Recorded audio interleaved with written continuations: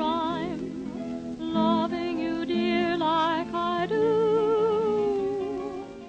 Greetings, fellow investigators, and welcome to our video podcast, Into the Darkness, where my friends and I play the Call of Cthulhu role-playing game. I'm your host, Tom Rayleigh. The scenario is Transatlantic Terror. It was written by John Hook, and he is also our game master. This is episode 2. Our recap will be given by David Gasaway as his character, Richard Rockefeller. So, without any further delay, let's continue our journey into the darkness. David? Thanks, Tom. Now, let's see here.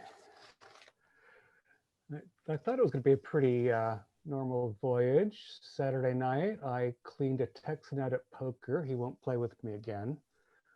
And then Sunday, ran into some of the gang, which was nice. Good to see Catherine. And then we ran into Taft, that old bore. But he bragged about dinner with the captain, so we got in on that, which was hilarious, and met this older woman named Osterman, who was with him in some regard. And then I cleaned up at Bridge. That was $84. Even got some money from Catherine, which is impressive. And around that time, Gusty noticed this Osterman woman arguing with another old biddy down the hallway, which was sort of interesting. Let's see, I got no money from Gusty at Skeet, but I took George for 50. That was good. And then Gusty tracked down the old woman who talked to Osterman and got a very funny story. This woman insists that she and Osterman are old close friends and traveling companions, but Osterman has nothing to do with her and won't even acknowledge that she knows who she is, which is pretty peculiar. We go looking for Taft in that regard. Taft doesn't answer his door. We go to find Osterman, and she will barely open her door, and it's really quite rude for a rather plebeian passenger. And so we get the doctor to open up Taft's room, and Taft isn't in it. So Catherine and I have a standing bet that the Dodd woman's crazy. I give her double or nothing, but then when the Osterman one acts weird, she agrees to make it an even odds. Now that Taft is missing, we start betting on whether or not he's dead, or whether Osterman's an imposter. I get George down for 100 on the imposter thing. No, Gusty for 100 and George for 50. So I'm going to clean up on this, except we go to find the creepy stewards that took Taft to his room when he was all bloated and unconscious last night. And they didn't show up for work today. George and I go down to C deck, which was not as violent as you'd think.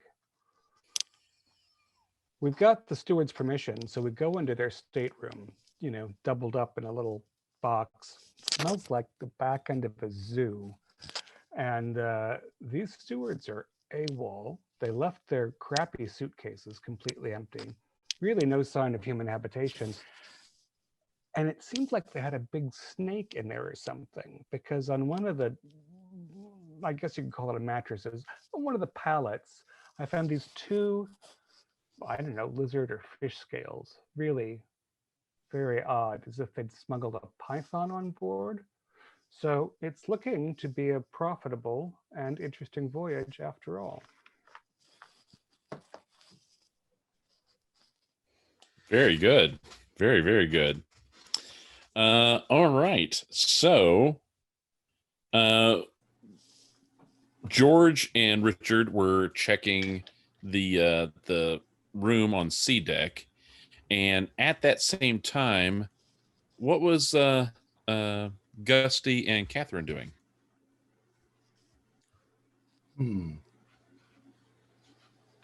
Well, you were going to go ask the ship's inspector about something. Correct. We were going to meet the ship's detective. Yeah.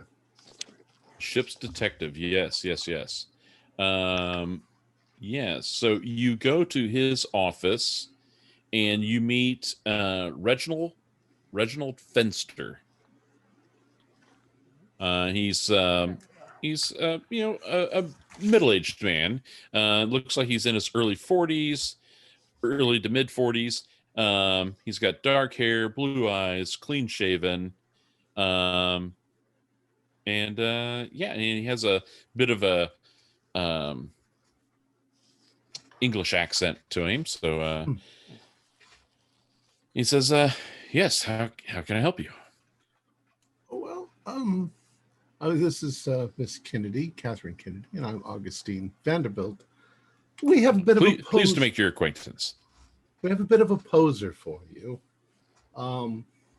Some odd things have been going on board the ship. I don't know. Have some of the ruffians from lower decks gotten up here? Well, not exactly sure.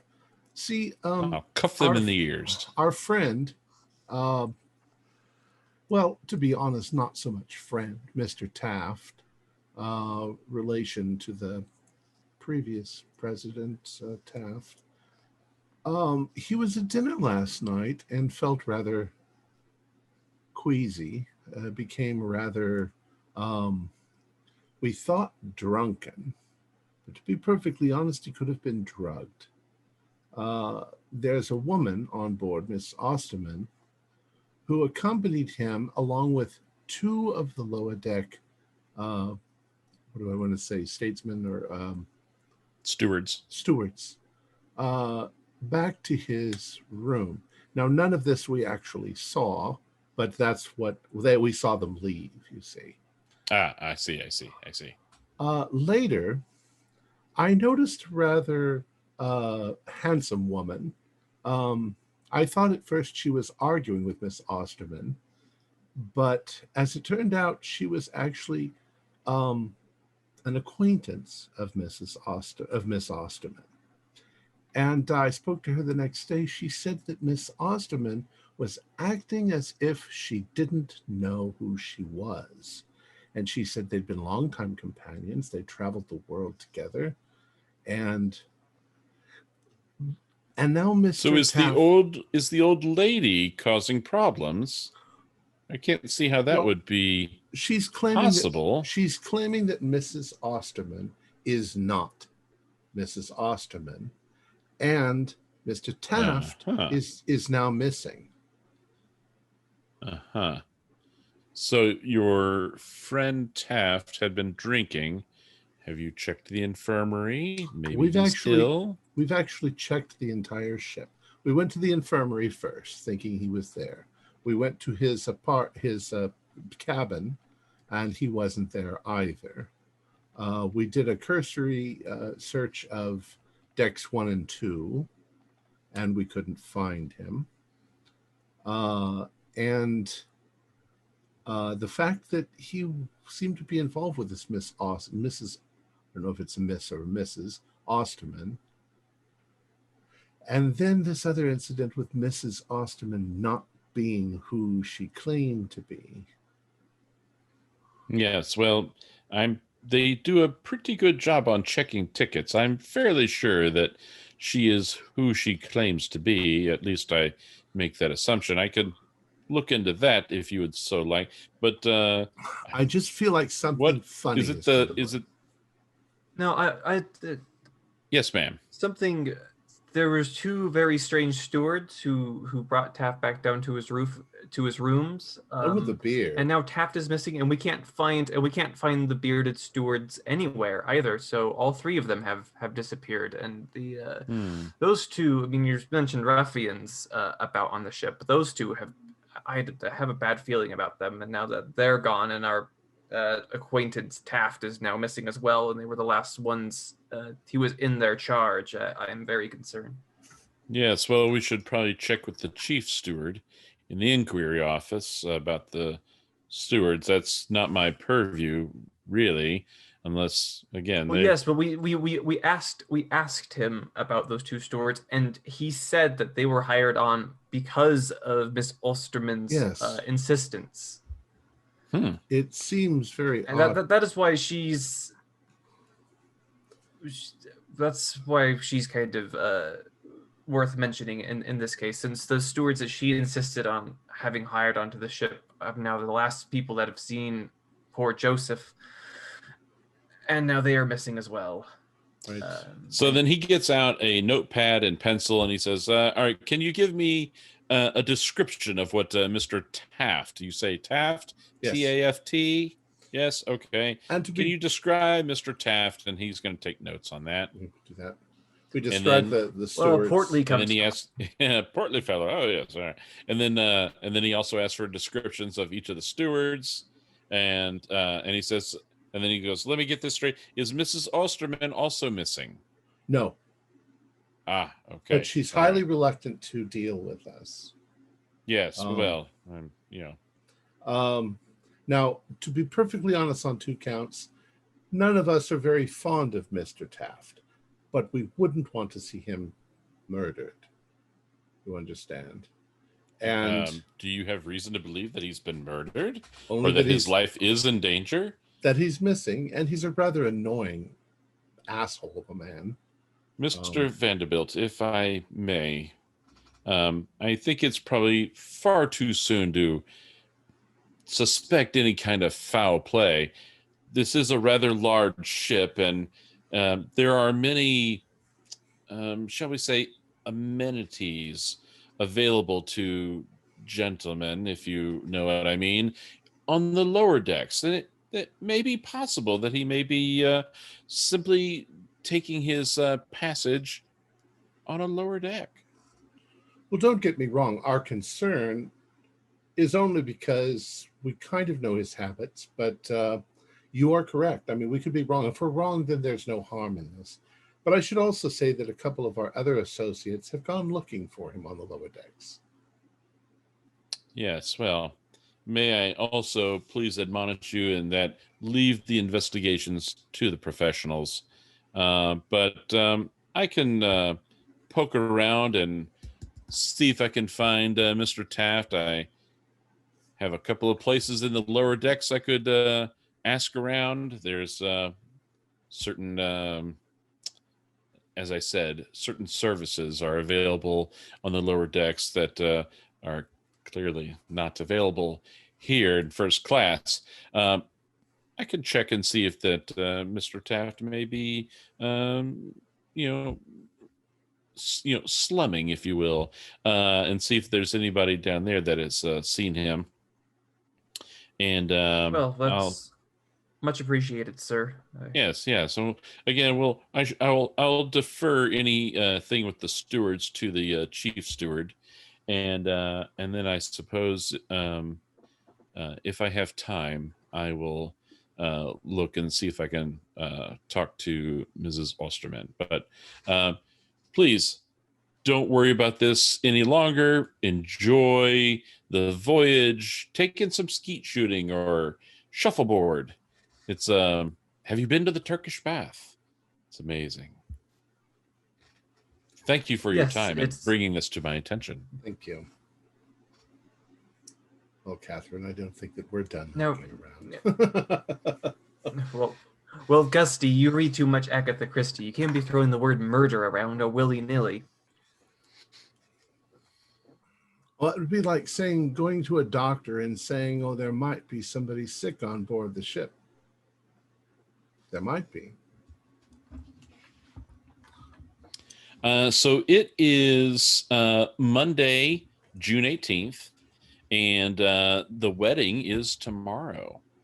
And the day is getting on, and so we're actually approaching tea time, or as Americans would call it, dinner time. So we all meet back up for tea. Yeah. Okay. So how did you guys do below the decks? Oh, What wow. was it like? Did it smell? Indeed. I mean, in general, it wasn't so repellent, but their quarters were, I would say, a little vile, wouldn't you, George? Reptilian in nature, almost. Well, and have a look at these. And I produced the scales in a wooden matchbox. This is pretty much all that the odd Near Eastern stewards left behind. We need to get their names, by the way, from the chief steward or somewhere. Could these be fish scales? Large fish scales? That's what they look like to me, and the size of them. But also, the room smelled not of fish, but more like, the herpetology section of a zoo. A little nitrogenous. No, it's quite an unmistakable smell. It is distinct, and it's not fishy. So my thought was that they had smuggled a giant python aboard or something. Dear, that would be Which dangerous. means now we think in Osterman's stateroom there's Taft, two unkempt stewards, and a giant reptile. Or we have Osterman, the two stewards, and a very, very fat python.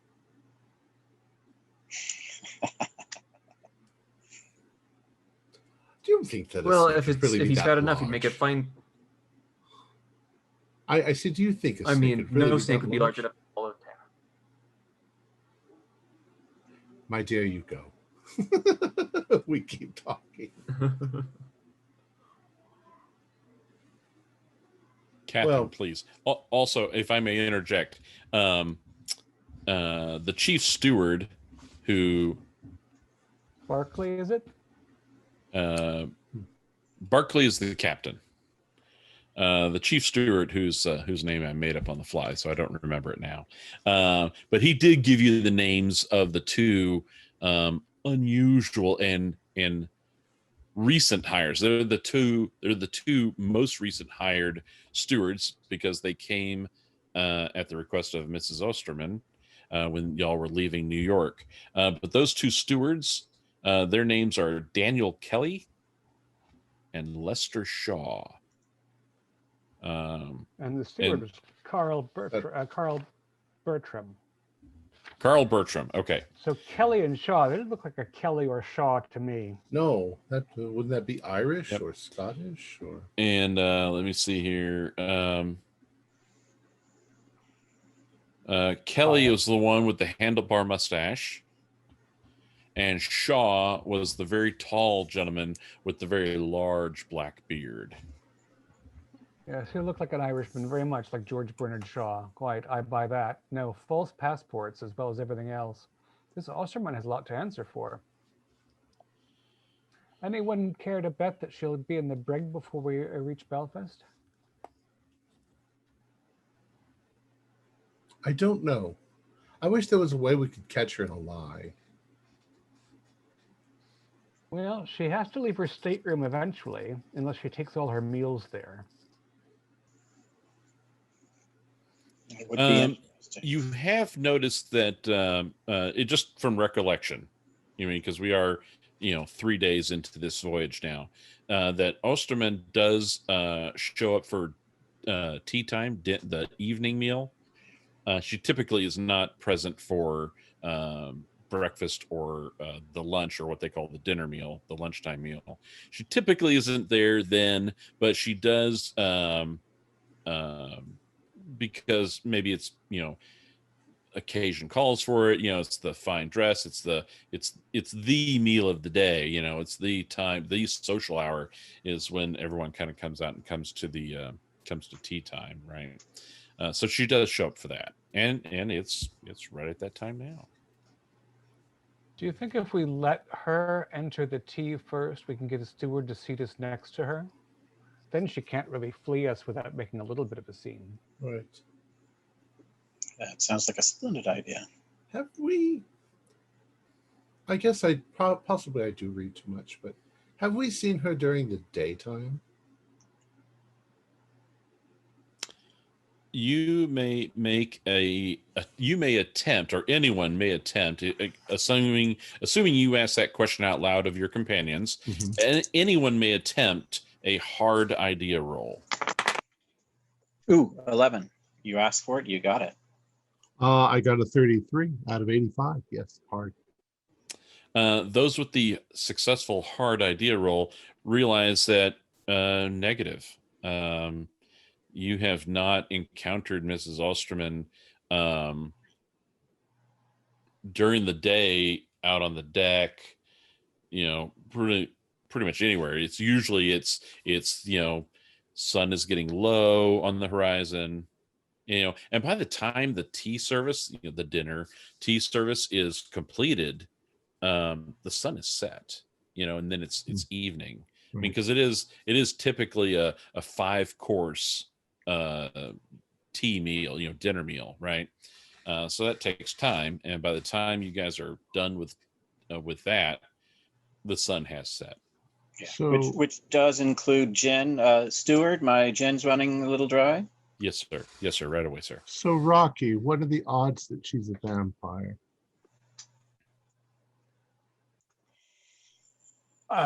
Gusty, if you're moving from Agatha Christie or Auguste to Bram Stoker already, how far will we get by Friday?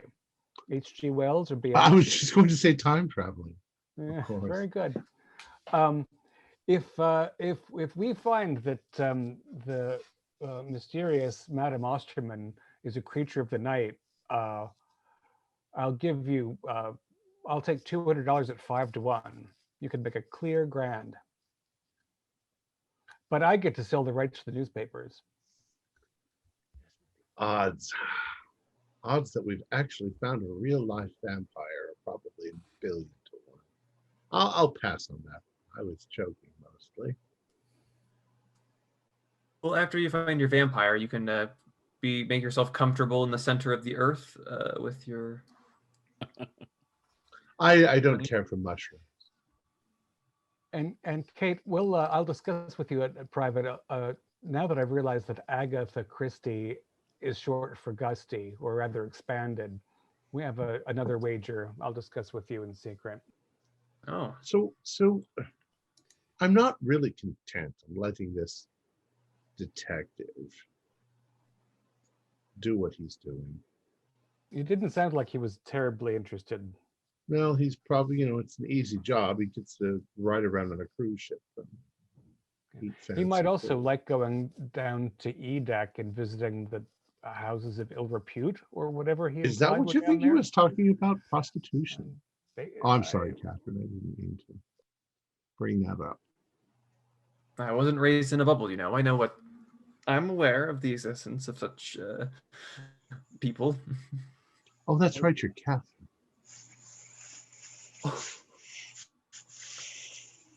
Now then, how do we proceed? We'll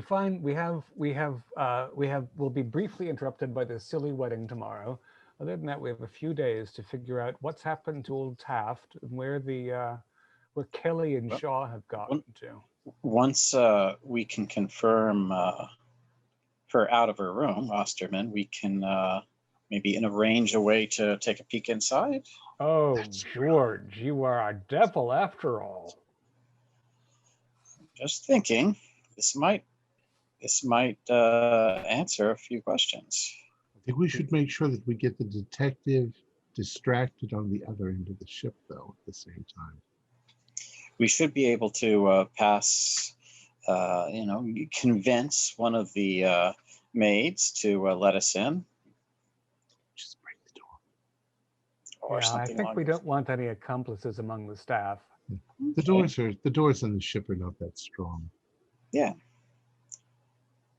I think we could get a lot of answers solved that way.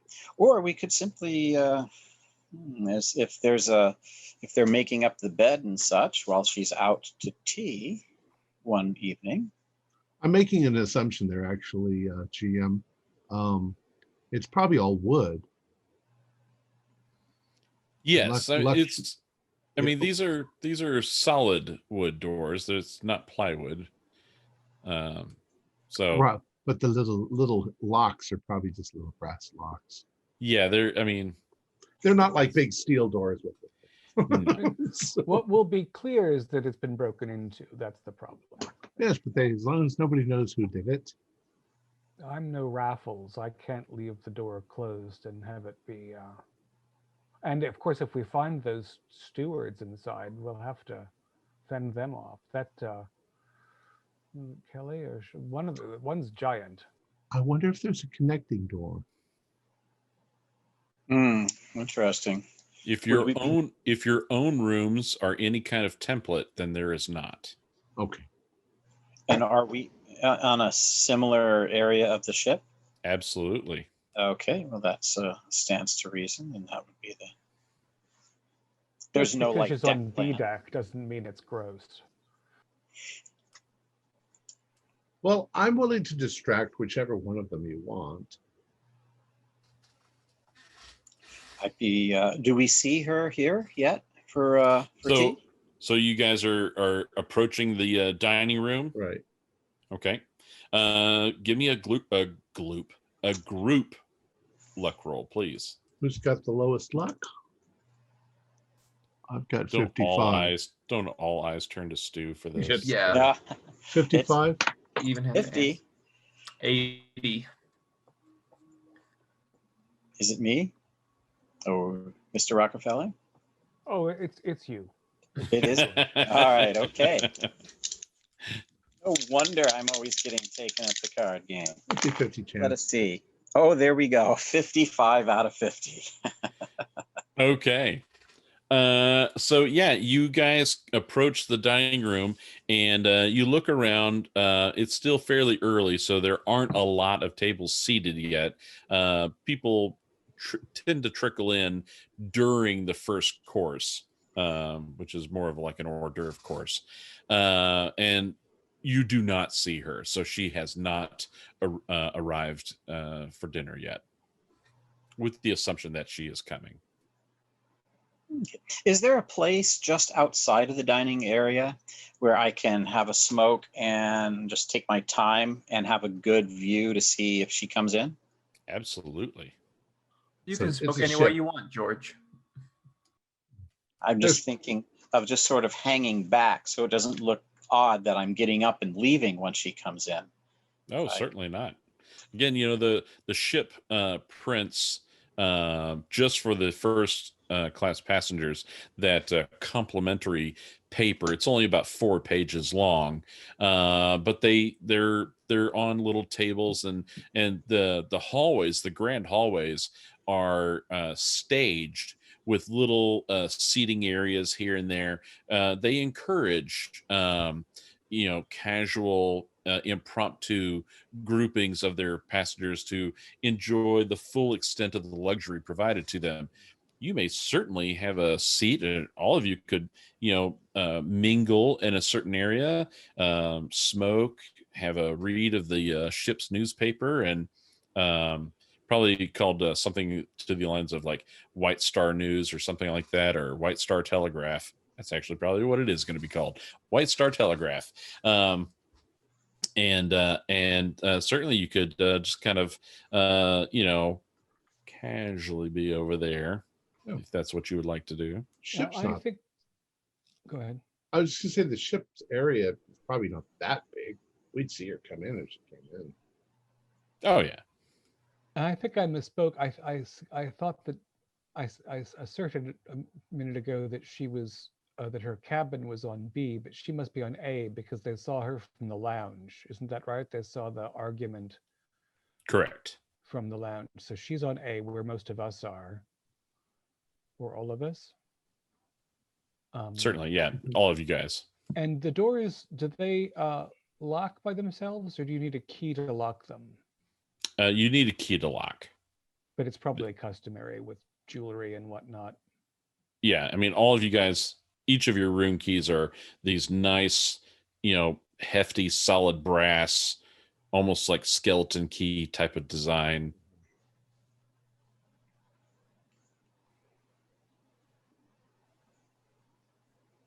Well, let's mingle and wait for her to come in.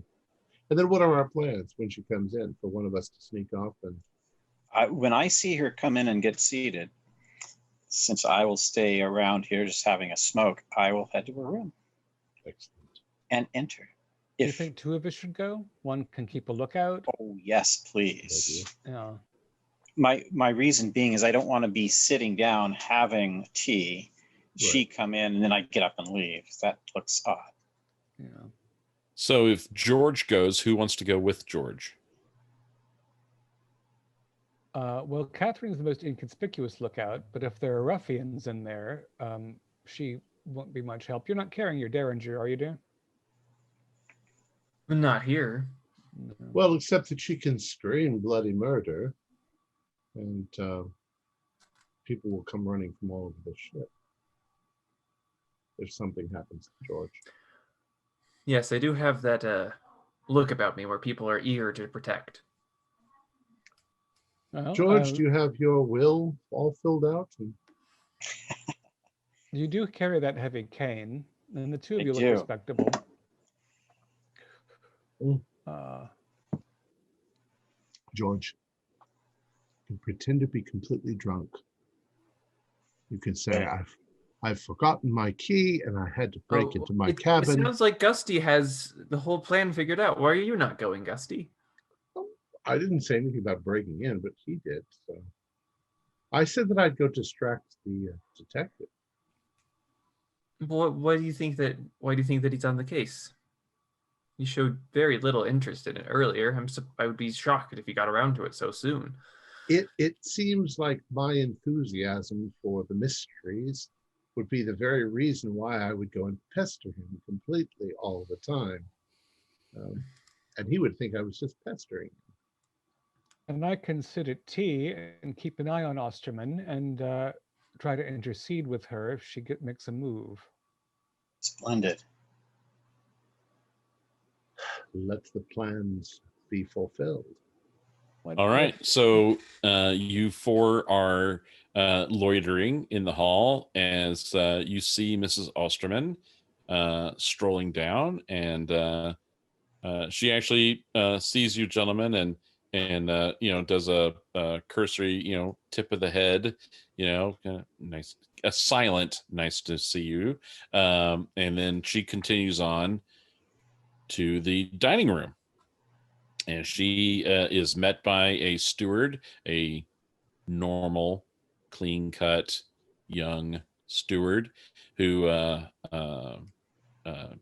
offers his arm. She takes it, and he guides her to a table, not the captain's table, but he guides her into the dining room to a table. So, Fellows, Kate, do you think I should try to sit with her or just somewhere I can watch? When her back is to us, I will get up and head towards the detective, wherever his office was. okay, go into the office. Right. So down on B deck. Okay. Distracted. And I assume George then and Well, Richard, I'm sure. Oh, and the dining room is on B deck. So, yeah, you guys were probably loitering on B deck to start with. So, she came down from A and is going over to the dining room. And so now that she's gone in, you're going to go over to the detective's office. right. All right. And then George and Catherine are heading up to A deck to check out her room. Splendid. We don't And have to necessarily play this out because I'm just going to pester him. I'm going to tell him all about Agatha Christie. What do you think? Okay, I'll bring the camera around to you. All right. And then George and Catherine go up, and then Richard, are you gonna go to the dining room? I am, but I want, now that we've seen her move, should I try to sit with her or and keep her busy, or shall I just watch her from a far table?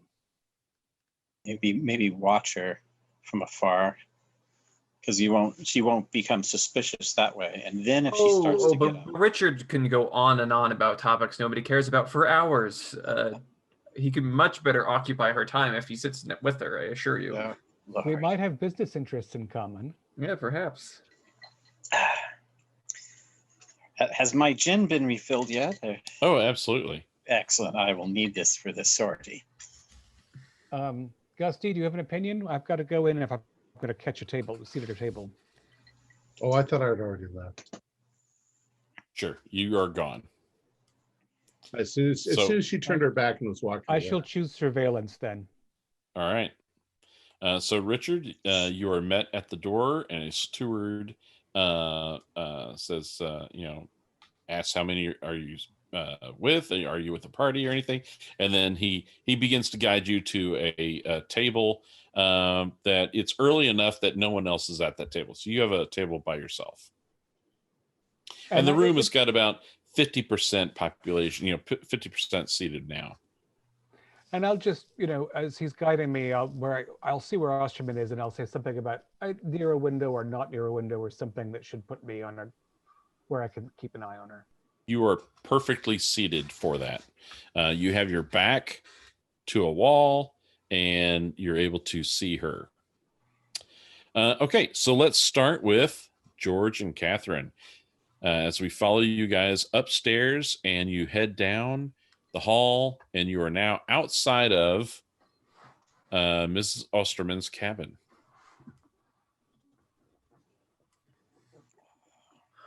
Right. I'll try to make short work of this. I'll listen intently for just a moment. All right, give me a listen roll. All right. Ooh, that's a good start. At least I think it is. 1 second. Oh, yeah. Yeah, it is. Okay, it is a regular pass. You hear nothing inside. You feel confident that there's nothing to be heard inside. Okay. Well, I will proceed to just try the door to see if it's unlocked initially. It is locked. Calmly, quietly. Yep. It is locked. Jiggle of the handle. Okay. It's locked. Pretty It's large. probably not even a knob. It's probably large. a lever. Got it. Okay. So what I will do then is, God damn it, my keys. I'll try taking the keys I have and fiddle them into the doorknob. And then, oh, God damn it, this is not working. Then I'll try to lay my full body weight, size, and strength into this. And knock that out. So are you attempting to shoulder the door with strength, or are you attempting to lockpick with the locksmith skill? I don't think locksmith's going to be the approach. No. Oh yeah, definitely. I'm pretty big, pretty strong. I'm kind of like a linebacker of a guy. So okay, give me a strength roll then, please. All right. Boom. Okay, 36 out of 70. I will spend a point to make that a hard. Oh, excellent. Okay, spend that luck, and yeah, sure enough, the lock does pop. These are not very strong, and the door jamb where the brass plate that the lock fits into. That's where the weakness is, and so when you shouldered it, the door jamb cracked, and that plate, you hear it, that distinct sound of metal striking the floor and bouncing a couple of times. Okay. As the door itself and the door handle's locking mechanism is fine. It's the female portion of the plate in the door jamb. Oh, got it. I know exactly what you're talking about. Precisely. Okay. Perfect. That's what broke out, and the door swings open, and Okay. it is dark inside except for one small lamp by the nightstand. Okay, I'll reach for the wall switch, which I'm used to in my room. I'm figuring it's very similarly located. It's exactly there. All right, turn it on, and God damn it, this key's left back in there. Where's my God damn? So as I'm stumbling in, I look around. Do I see anyone? Anything? You see basically a room very much like your own. There's a small, like, little personal desk. There's a small double wide bed, and all of these rooms, because it is a luxury liner, have private washrooms. So there's a small attached bathroom, and it's very small with the 3 pieces. It's got a small sink, a small commode, and a shower tub combo. Or no, not a tub. It's just a shower. It's a shower stall. So it's very, very small, but luxurious for the times. And there is an armoire, a built-in armoire. So it's really a closet, but it's designed to look like an armoire. And there you go. Yeah. And the bed looks very neat. It looks made. Okay, I'll quickly go to the drawers and any of that in the bedroom itself. Okay, Catherine, what are you doing? Oh, I'm smoking in the hallway. Oh, you're going to stay outside? Okay. I'm the lookout, after all. Oh, you are the lookout. All right. Okay, so Catherine's in the hall. Although amusing to myself, smoking in the hallway, I'm like, we never agreed on how I would alert him to somebody coming. The hoot of an owl. All right. George, say again what you were going to go do. I'm going to quickly go through the drawers and underneath the bed. I'll be looking there first. I'm not like a vandal. I'm not tearing it to pieces, but I'm just kind of giving brief once-overs. Okay. Yeah, so this is you find it's not a very big room. There's not a lot of places to hide things. So you quickly go through and you open up the armoire. And there's one hardback suitcase in there. You also notice there's a soft attaché case laying on the small desk. Oh, interesting. Can it be popped open? Yeah. Yeah, I'll pop it open. I'll use a napkin I have, my cocktail napkin, to kind of pop it open.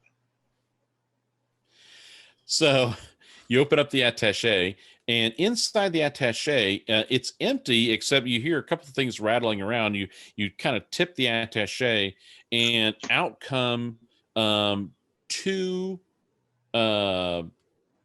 vials. They're probably about 4 inches long. They look like scientific vials. They're cylindrical with a cork in it, and they're clear glass. One of the vials, they look like test tubes. That's the word I was scrambling for. In one of the vials, it contains an iridescent blue liquid, so it kind of shimmers. And then the other vial, the liquid inside it is clear, but as you kind of tip it and stuff, it almost has like an oily kind of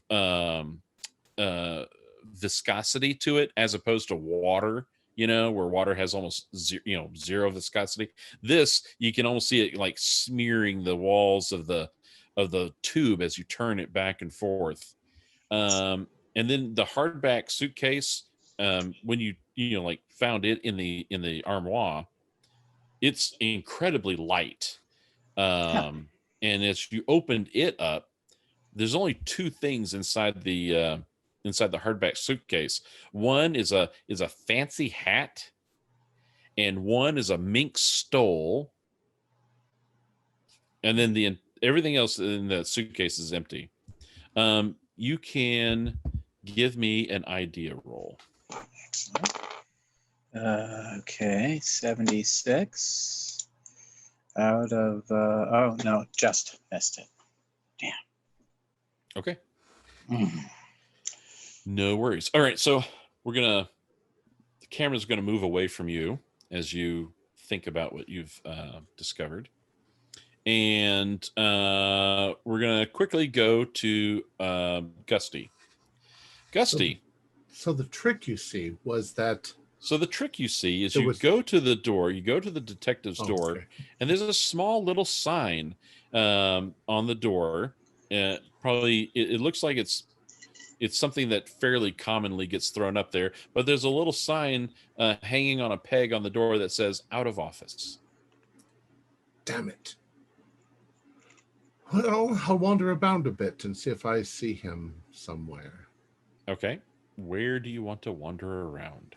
I'm just going to do around A and B deck, or 1 and 2 deck. Okay. If he's downstairs, I'm not that worried. Okay. All right. Give me a spot hidden. 92. Not looking that hard. All right. And so that's what the camera sees as it's following you. Then the camera moves again to Richard, as Richard is getting into the second course, which is the salad course. And what are you doing in there, Richard? Is Osterman's seated steady? She is seated steady. Yes. Do you have table mates? There are a few people there. You don't recognize who they are. They're just, other well-to-do folks. And she seems to be in light conversation with them. Good enough. And there are probably a couple people at my table by now. Yes. You can give me a spot hidden.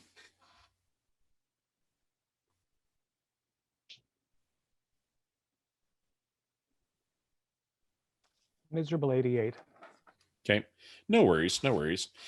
So, you also kind of half in, not really. You're just doing the cursory, yes, oh, that sounds very nice, to your table mates as they try and engage you in conversation. But you're doing everything you can to spend most of your attention looking down at Osterman at her table.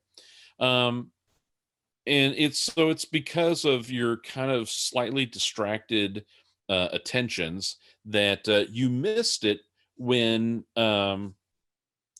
Dodd initially came into the dining room, and so.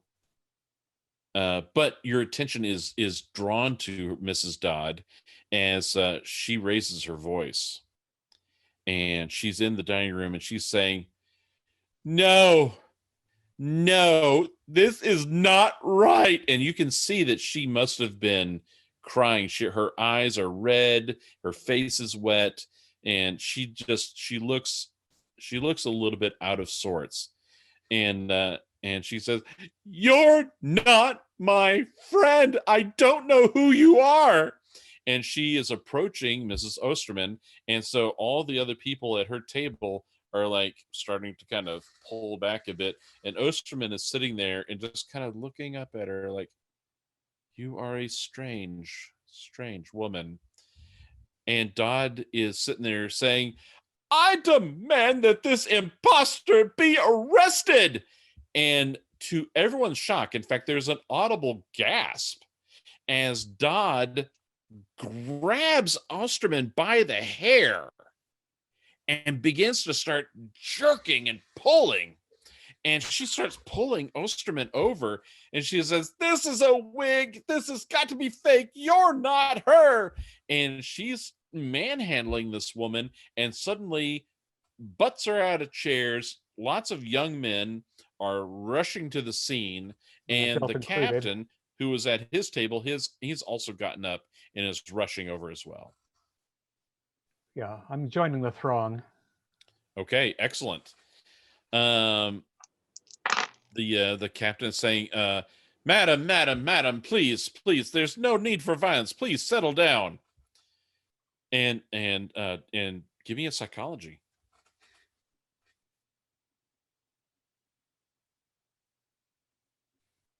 You're on mute, by the way. It would be a miracle. Yeah, 92, the other kind of miracle. The other kind of miracle. Yeah. You can see Dodd is standing there staring at her hands. She's like, and she looks flabbergasted. I don't understand. That had to be Mrs. Dodd. fake. Pardon me. I met Mrs. Dodd yesterday. Mrs. Dodd, can I take you to your stateroom, please? Obviously And upset. she falls into your arms. All right. Okay. It's all right. It's all right. It's all right, Mrs. Dodd. It's we'll figure this out. Just we mustn't. You're gonna. It's. I sort of hustle her out because I want Osterman to go back to her meal for one thing. Mm-hmm. Yeah, and so the captain thanks you for stepping up and to take care of this. And he says, please, yes, take her back to her room. And she's the captain says, I'll send the doctor. Maybe we can get her a sedative. Very good. Thank you, Captain. And so he says, thank you for taking care of this. Please, everyone, go back to your meals. It's going to be all right. Mrs. Osterman, is there anything I can do to help you? And she just kind of starts, give me a spot hidden, if you would, please. I was going to ask how her hair looked. All right, 31, a good roll. It's just a normal. You have a normal success? So she takes her two hands and she kind of starts pushing them through her hair. And it was very subtle. But you noticed something, Richard, as she's pushing her hands through her hair. It just kind of, it's almost like there's a ripple effect, in the wake of her hands passing through her hair. There's almost like a rippling effect. And her hairdo, it reshapes in a single pass. Her hairdo reshapes into the same styling that you've always seen her have. It was truly uncanny in how it just simply reformed with a simple pass of her hands. More like it was a rubber mask than. If this woman was wearing a rubber mask, Mrs. Dodd would have certainly pulled it off. My sand was quite successful. I rolled a 15. Okay, you lose nothing, but it is. But it was definitely and eerie and disquieting. It was an eerie, unusual sight to kind of see that little, and then it's all formed back into her perfect coif. Mrs. Dodd has a cabin on B deck, so you're not far from her cabin. So you can take her. So while the camera kind of sits there and lets you and Mrs. Dodd kind of walking away, the camera moves and returns to George and Catherine. George, so you've discovered a nearly empty suitcase with a fancy hat and mink stole, and an attaché case empty except for these two test tubes, iridescent blue and an oily white, or an oily clear. This is bizarre. And there's no clothes. Like, other than that, so she just has the hat, and I'm not seeing. This is very bizarre.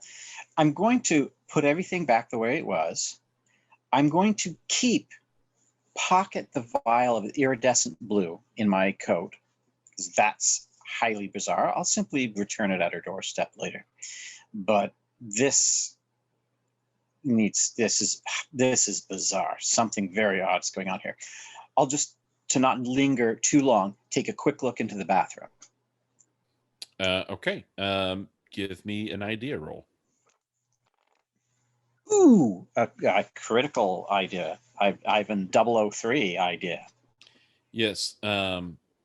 There's nothing in the bathroom. And by that, I mean, there's nothing. Like no toothbrush, toothpaste. There is nothing in the bathroom. So whatever was provided by White Star Lines isn't even unwrapped? Correct. Wow. And she's been in here for a while. This is really several days. Yeah. And there's no other place. So it's basically that room, the bathroom, that's it. That's it. Okay, I've exit, sort of, again, trying to make it look, I guess I should probably leave that vial in there too. This is very bizarre. So I'll leave that vial in. I'll quietly call out, Catherine. What? And I just take like 2 quick steps. Get out here. Bizarre. I just show you very quickly. She's got 2 vials of this weird chemicals. That's it. I run it back, pop it away, and I just sort of come on out. All right. So are you keeping the blue? No, I'm going to leave it. What? Just take it. Just take it? Okay. All right. So I'll grab it. I'll grab the vial. All right. Only the one blue one or both vials? What are you doing? Actually, no. Why not? I mean, they'll know that someone's been in here stealing, so I'll take both vials. All right, so you got both vials. All right. Inside pocket. Out I go. Cocktail in hand. Okay. Look, the only other people I saw was Gusty. He looked a little bored, and I believe poor Richard is stuck with that Miss Dodd. She seems to have a fainting spell. Oh my God, this is bizarre, Catherine. There's nothing in the room. The bathroom. Let's talk somewhere else. Yeah, exactly. Let's go. Let's hurry up out of here. All right, so as you guys are doing that, and Richard, you've just deposited Mrs. Dodd in her room.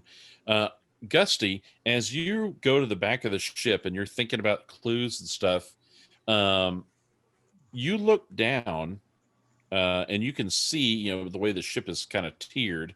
You can see some of the lower decks. Of course, A deck and B deck, you guys are very familiar with. C deck is the last open air deck, right? So below C deck, you're within the confines, the body of the ship itself. Right. But as you're standing on the whichever deck you're on A or B, it doesn't matter. You're kind of looking down, and because it's tiered, you can see down to C deck. Right, you can see C deck, and it's Are there people milling around? And there aren't a lot because it's dinner time everywhere on the ship. So even with the the little people, they still have a cafeteria that they can go to. I see. But as you look down, you see a guy in a steward's uniform, and he doesn't look like any of the stewards that are normally on the ship. It looks like it could be either Shaw or Kelly, but they're all kind of in shadow. But that person goes up to the edge of the ship and has a bundle, and you see them toss this bundle over the edge of the ship, and it tosses, and he quickly, this shadowy figure that you could just tell had a steward's uniform on, but you couldn't see any features of the steward. Right. Kind of came to the edge of the ship, tossed a bundle, and you see it fall, and then you can just barely hear the splash. Yeah. And then that steward disappeared and went someplace where you don't have visibility, because he's down on C deck. And as you look out in the waters, the dark waters, because the sun is going down, you can just see in the wake of the ship, there's some sort of like little bundle on the water, and then it just kind of, Did it look like, was it a little bundle or was it like a body bundle? It looked about the size of a large duffel bag. So it was a pretty large size bundle, and it looked like it had been tied up with like ropes or something, and it was tossed over, and it only bobbed on the water for a couple of seconds, and then the churning of the wake and the weight of the bundle finally kind of and it pulled it under. All right. When you started telling me this story, It's up. You're the GM, so it's up to you. But I might have yelled, "You there!" just to see if he looked up at me, so I could get a look at his face. Okay. Yes, I will let you try and make a, let's call it an intimidate roll. Okay. Intimidate. I got a 75, so yeah. No. Okay. Damn it. So you saw this, and it was pretty quick. And he's just dressed like it. So he's dressed like every other steward. Damn it. Well, I'm quite surprised. I'm going to go find one of the others if I can. I'll head towards the dining room. Okay. I thought that I heard a noise from there earlier, but I was too busy smoking. So. And for convenience sake, we can say that all four of you begin to converge in the hallways at a near the same time on B deck. We're going to say that you all begin to converge together on B deck. Richard has just deposited Mrs. Dodd in her room. Did the doctor come or send his nurse? Do you want to stay long enough to wait? I think I'm going to comfort her and also tell her now that I've seen something disturbing. Okay, yeah. Let's have that scene. Sorry. Okay. I may have been shortcutting you on that. Sorry. No, I just, I would like to wait with Mrs. Dodd and tell her that we already believed you, but there is something, stranger about Osterman even than we know. I don't think that's your friend anymore, but you can't make a scene like that. We have to conduct ourselves in secrecy. I thought it was someone. I thought it was someone in a disguise. I was trying to unmask them, and I'm such a fool. I'm such a fool. Mrs. I'm just Dodd, a bathering old woman. You did expose her, but not to everyone. But she's definitely not who she appears to be. But she's dangerous, and she knows that you're aware of her. So you need to be polite. You might even send her a note of apology. And you want to lay low. The doctor's coming to see you. He'll give you something that'll help you relax. And that's probably fine.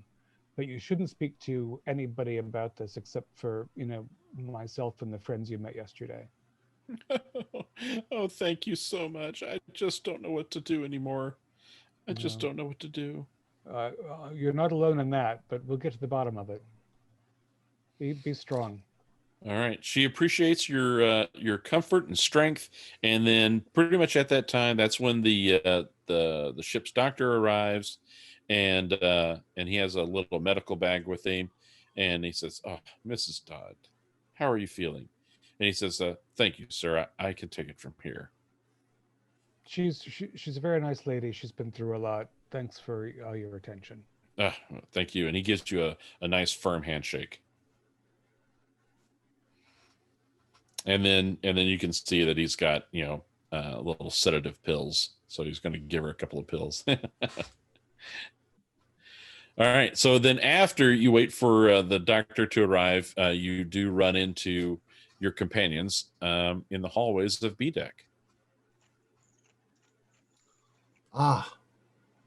So what have we learned? I just saw a very interesting event.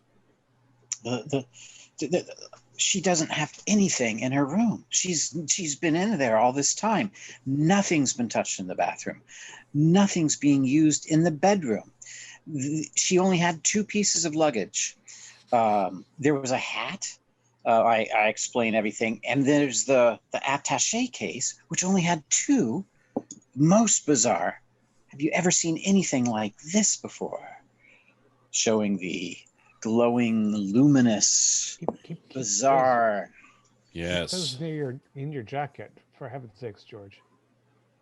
Some new drug, maybe. I didn't think. Yes, something is. She's up. This is highly unusual. Now we're meeting back in the dining hall for the dessert round, roughly. Right. Is Osterman still there? Yes. Okay. So I'm gonna cluster us pretty far from her, but in the line of sight. If not that it matters much now. I saw a steward toss something overboard. Not body size, but duffel bag size, all tied up. I don't think that stewards toss things overboard. It's getting rid of some evidence. I saw it sink, so I don't think there's any way for us to retrieve it. This is very bizarre.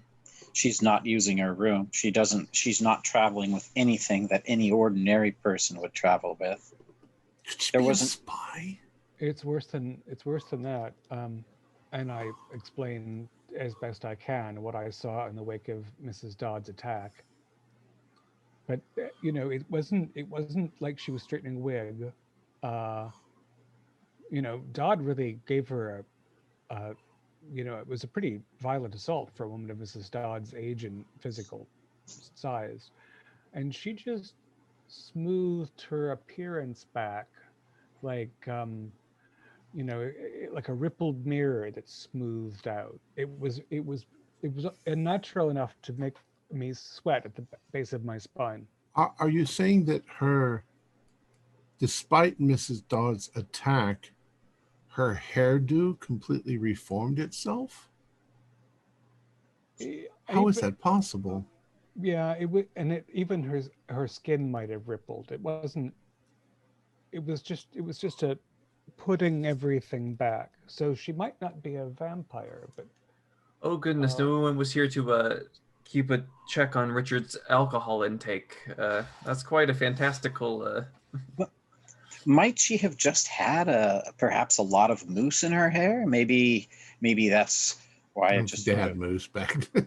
I don't know what they did. Oh, they had a type of. Oh, mousse. but I mean, there was no evidence of that in her rooms, George. Yeah, good point. That's right. And how does she change her frock if she has no frocks in her room? Now she had And how nothing. does she rouge her cheeks when there's no rouge in her room? No, I let think me that see- she's not what she looks. Has she to always be. dressed in this? Was she dressed in the same outfit yesterday? Yes. How dreadful, but also strange. What if? Well, what are the drugs? Have you been able to identify them? Laudanum, heroin. Are you volunteering, Gusty? I'm not a chemist. Well, they Would all any have. of you know? They all have specific smells, I suppose. I mean, I've smelled opium before. It's rather Have a distinctive. whiff of these if you so choose, but I'm not certain. Do I have any idea what these are? I think if we're going to experiment with these chemicals, we should do it in one of our staterooms and not in the dining area. Yes. After dessert. Dessert is served and consumed, and Mrs. Osterman, along with many of the other guests, take their leave and begin to leave the dining room. It's also at this time that about a third of the tables are put away so that the dining room can now kind of morph into the evening nightclub. And so there'll be a dance floor, and then there's a seating area, and the bar, becomes much more prominent as the kitchen begins to take a back seat. And I think, friends, that we should probably get into one of our staterooms before Mrs. Osterman realizes that she's been burgled. All right. Very good. Very good. Whichever cabin is closest, I recommend. She doesn't move that quickly, but we want not to be noticed. True. Any volunteer can have their cabin be the closest. Well, I've got cards and some decent whiskey. All right. Excellent. Do any of us have guns, by the way? I don't. Oh, not needed. I know there were some shotguns are kept, and that's about all. No, I'm just thinking that something very strange is going on here. And Mr. Taft is still missing. Well, the parcel you saw, what was it colored at all? Too dark to tell. Too dark to tell. But I could tell that it had ropes around it. Could they have been chains? Is that why it sunk? Could have been. Maybe. Could have been. I tried yelling to see if I could see the man's face, but just was too dark. He was dressed like a steward. I could have probably he could have been one of the Kelly or Shaw. You suspect that it probably was. You just don't know which. Right, I don't know which. Between the detective and the chief steward, they should both be looking for those men by now. That's I'm starting to quite think irritating. We might need to do a little sneaking around the ship, even the lower decks. Maybe in the middle of the night when all the riffraff are asleep. Do you think the riffraff sleep at night? 3 That's when a.m. they're scary about. Oh, They are nocturnal, I hear. And if you don't want to arouse attention to yourself, Gusty, that would be ill-advisable. Somebody's always awake on this ship. well, it's At any true. moment, But Osterman's going to announce to the captain or security that she's been robbed as well. Or maybe she won't if she has to keep secret that she has no jewels, but only... All right, let's see these chemicals Yeah. now that we're alone. All right. So the 2 vials, one is iridescent blue. So as you kind of tip it in the tube, it has a very shimmery, shiny effect. And then one is a clear liquid, but it has a viscosity of like oil. okay. Well, I want to open up the pretty sparkly one, Okay. luminescent one, and give it a whiff. Okay. As my nose falls off and my eyes melt. Oh my God. No, I'll never have any Tentacles you have. friends. It has no odor. Then I'm going to take my little finger and get just a drop on the end of it, and Oh, good heavens, as Gusty. my nose falls off of my nose. Dear God, man. It has no taste, but the end of your tongue feels a little numb, but it goes away fairly quickly. The end of my tongue feels numb. You just, it could have been anything. Well, I doubt that it's poison. What makes you think maybe- that? Aren't we investigating something that might be a murder case? Is it some kind of... If I get sick, then we'll know what it was that she slipped into Todd's into Taft's... Taft's food. Well, it said it made you numb. Maybe more of Yeah. it have a more pronounced effect, but I don't advise you... Well, that makes me Try it. think that it's a tranquilizer of some sort. Oh, don't try it again. No, I'm not trying it again. I'm just I'm trying to get my tongue to come back. There is the other vial. Well, I can do that too. try the I'm willing. sticky But one. No, I'll try Okay. the sticky one. And again, no scent. What sort of? All right, so Richard, you're doing the clear one? I'm going to give it a good sniff, and then it's if- not assuming that cocaine. It doesn't alarming. Same Okay. thing as pinky. This one, the clear one, it has an odor. It's an earthy. It has an earthy smell to it.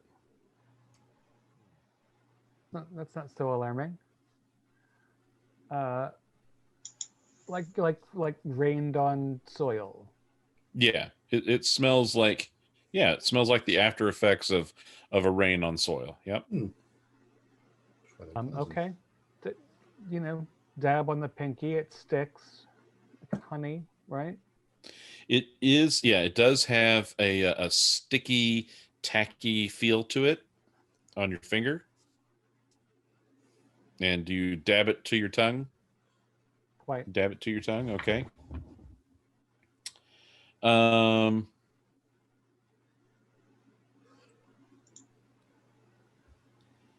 Give me a con roll, please. Uh-oh.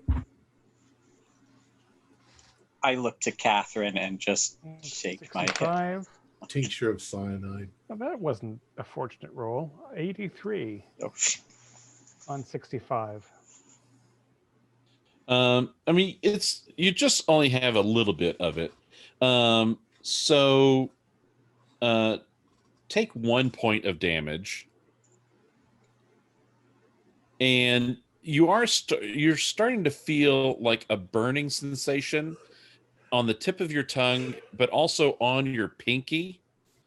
So on your pinky, the nail starts to go black, and you're seeing like blisters forming on the end of your the end of your pinky.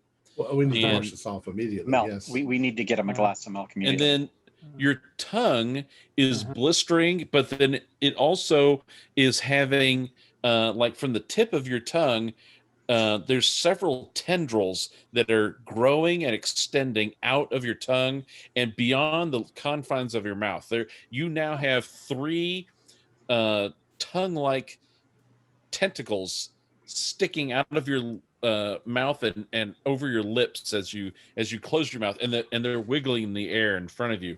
I need everyone to make a sand roll for that. God, what the earth? Now I want to try it. Oh, 96. 88. Yes. I made it, but What did is my that sand? matter? You make it. It's happening to you. But You're still gonna have a sand roll here. I actually got a hard. What was you had a success? Yeah, so a hard success. Okay, so you lose 1 Success. for regular success. George, you're going to roll a D3, but Catherine, your failure was so high, you lose all 3. That sounds about right for my sanity rolling. Here we go. Yep, for a fumble like that. But then Richard had a successful sand roll, but he's also the victim. So for a successful sand roll of the victim, roll a D2. Really very mild. Well, you didn't take a whole 2. lot, and yeah. Oh, So the growing seems to stop, but you've got these 3 tentacular extensions on the very tip of your tongue extended out. like sort of catfish whiskers. Yeah, like Can I feel them? Yeah, give me a dex roll.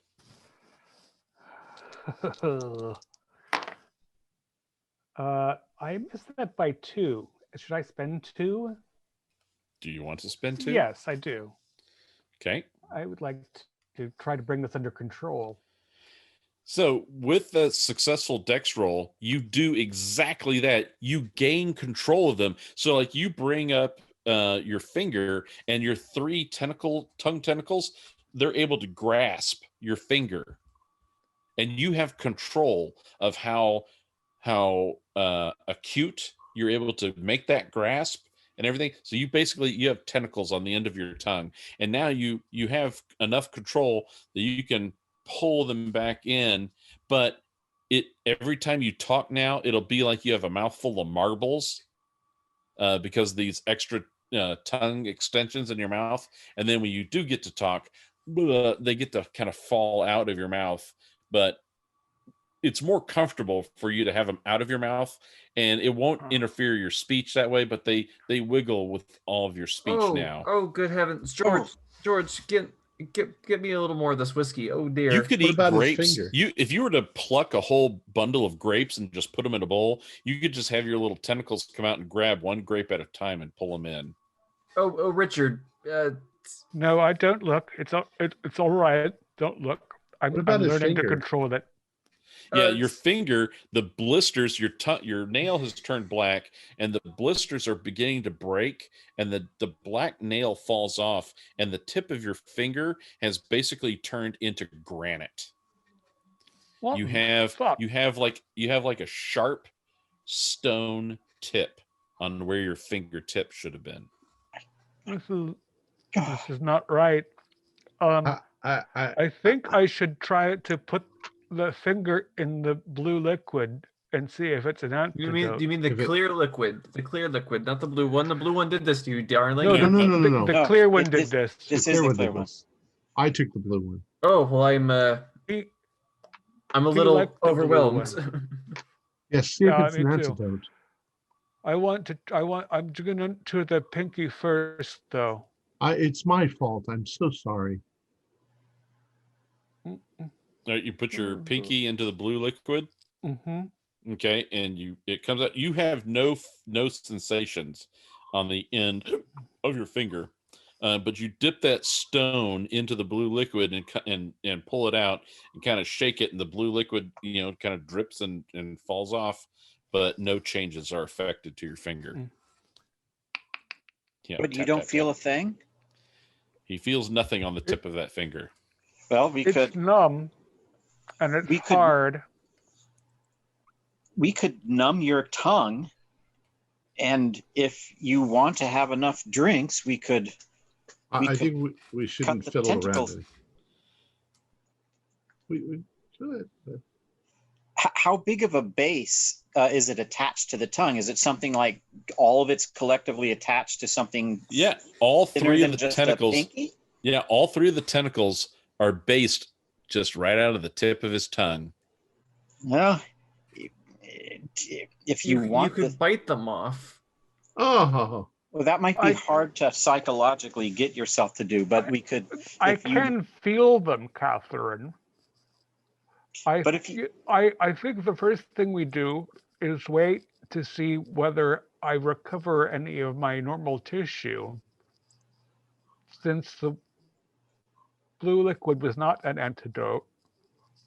I would rather not cause myself any further harm. All you did is you touched it. So it didn't do anything on the touching. You could try to imbibe some, but oh dear. Yeah, if this doesn't get better, we could use the extreme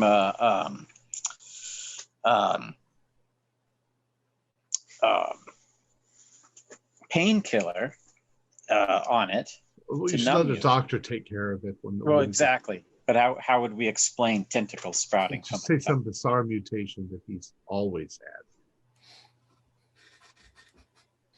had. I think people know that I was a pretty good conversationalist an hour ago. Don't know what to do. Well, this is bizarre. This shows that look. You could just touch some of that blue liquid to it, and then you won't feel a thing. And then Hurst or Gusty could remove them. Cut it off. Yeah, that's what I was suggesting. But it's ultimately up to you, Richard. I would like to try some grapes first. It seems interesting. Yeah, in fact, there is a bundle of grapes in your room, and you don't even have to pluck them off. You can just hold the bundle, and your tentacles will come out, grab a grape, pull it from the vine, and then suck it in. You guys excuse me for a minute. The scotch is over there. I'm just going to step into the private room for a moment. Eat some grapes. Eat some grapes in private. Don't accidentally bite your tentacle off while eating them.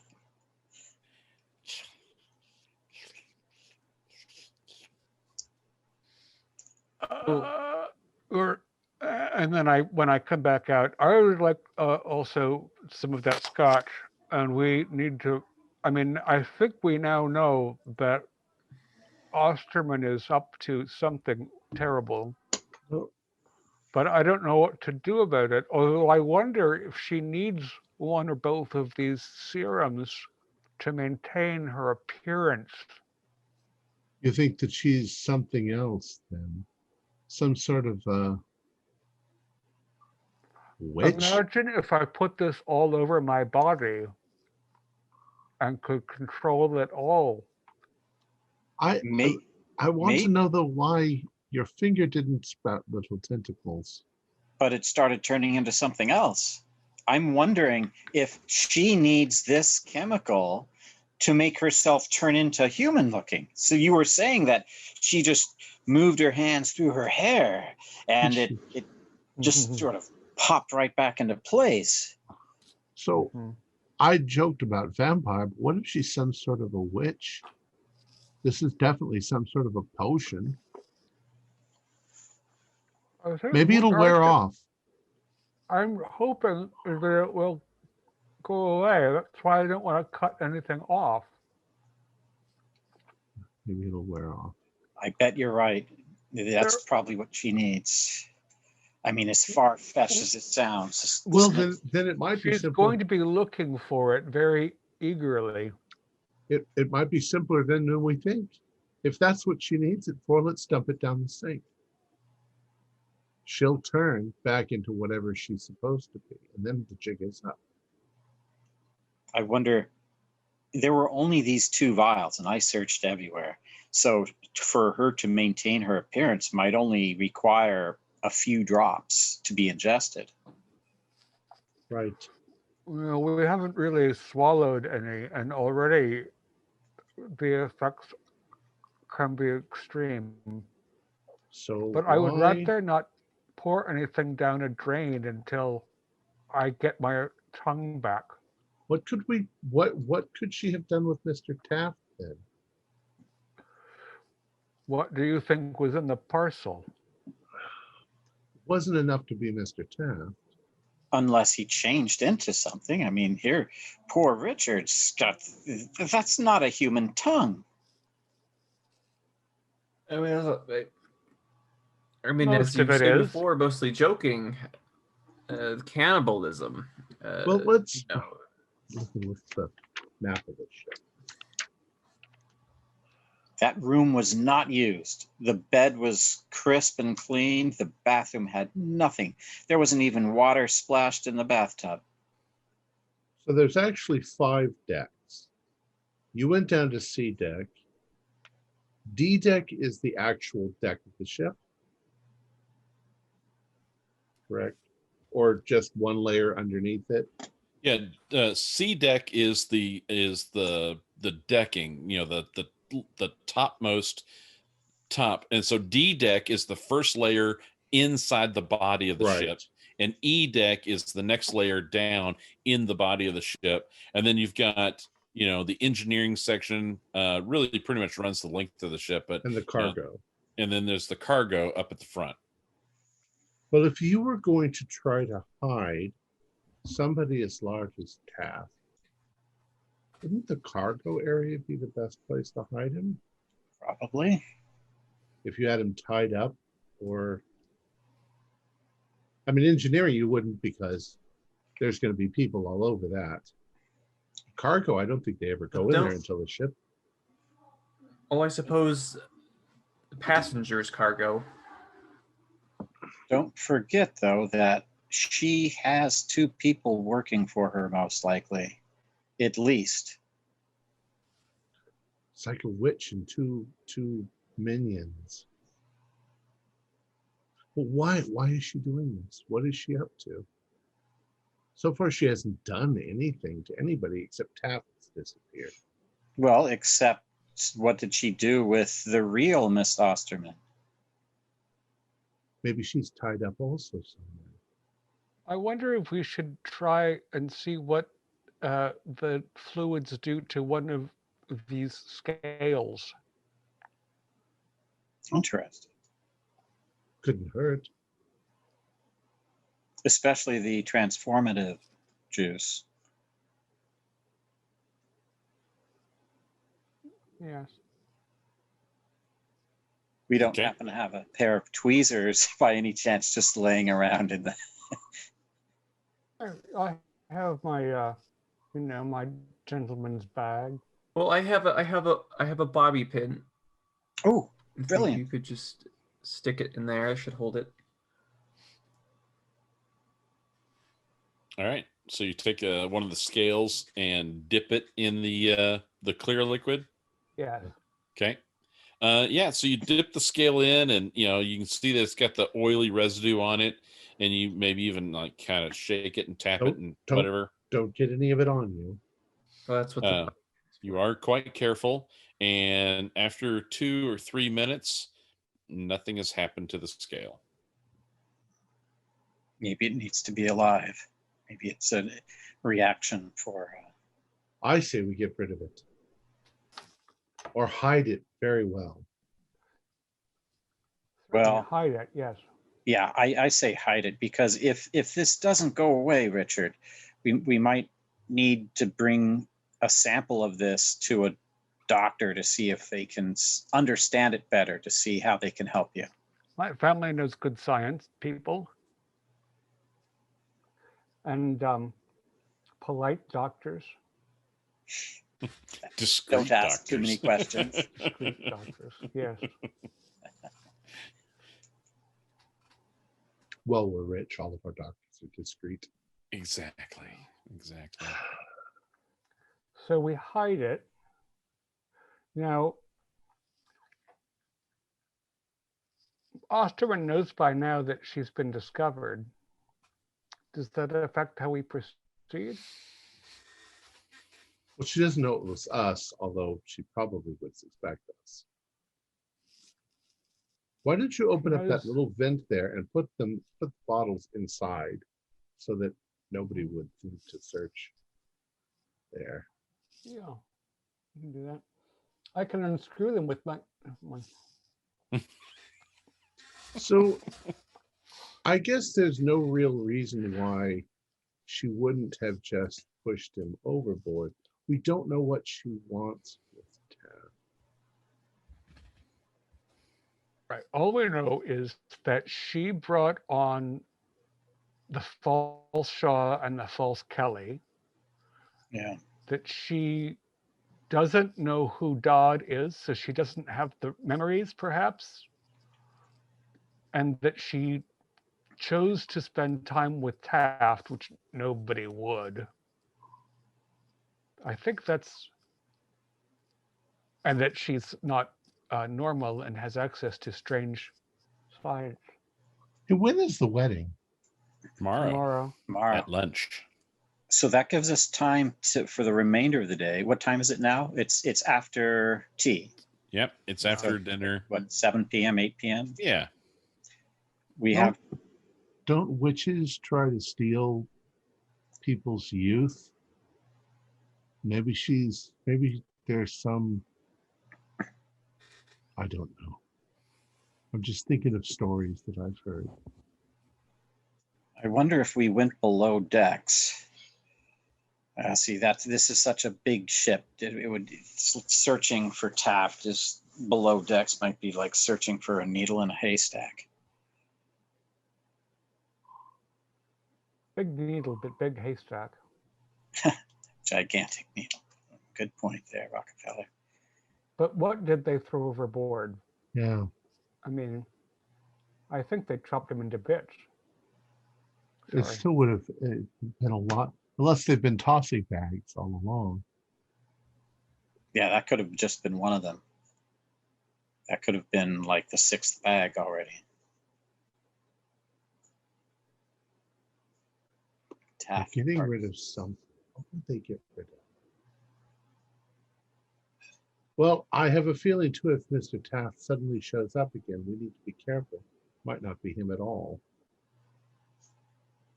That's easy to deduce because nobody can be quite as obnoxious. Osterman was planning on attending the wedding, if I'm not mistaken. If she doesn't show up, that might indicate she needs that blue serum.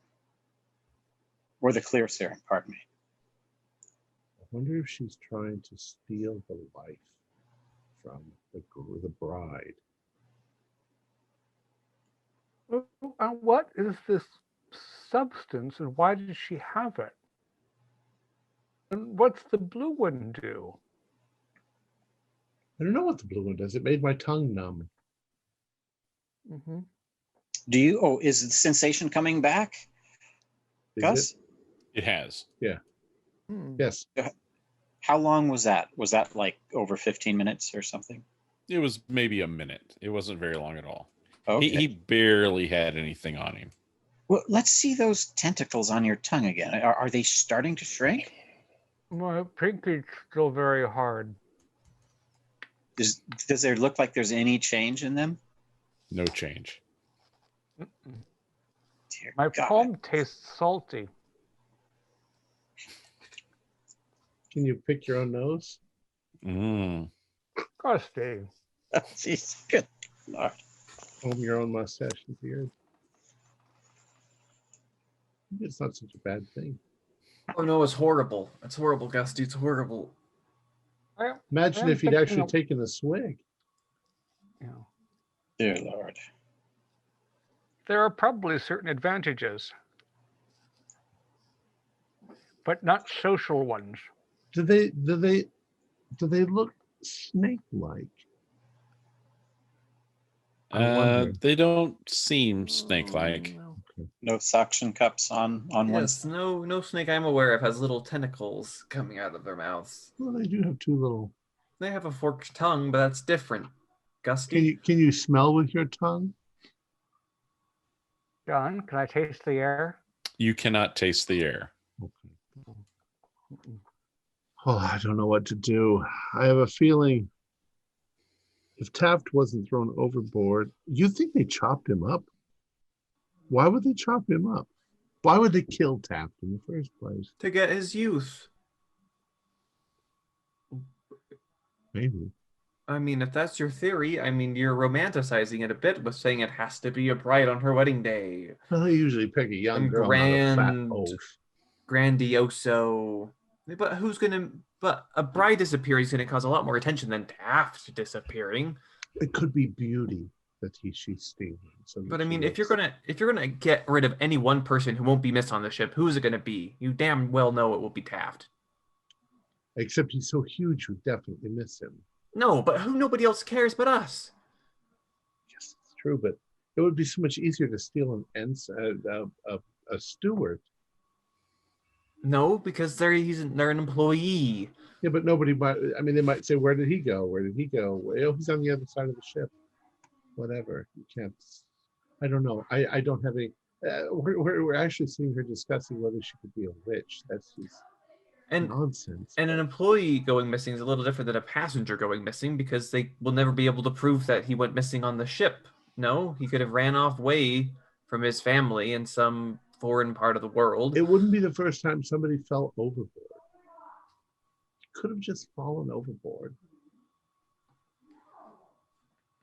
Too many bizarre things. I would have. That's what I was thinking this entire time, Gusty, until I saw tentacles sprout out of Richard's tongue. There has to be an explanation for it, but we're just not seeing it. If we were to write down the details on little pieces of paper and lay them on the table, maybe we could put them together. Maybe with to a make bit of some string. sense. Put them up on the little board. We don't have a little board, but a table. There's a string before. Oh, to connect them together, of course. So we have Osterman, not apparently is herself, according to the other lady. The Osterman brought aboard 2 servants, which were not cleared with White Star Line, but only cleared by the captain, which is another bizarre thing. We have to make sure they don't kill Mrs. Dodd.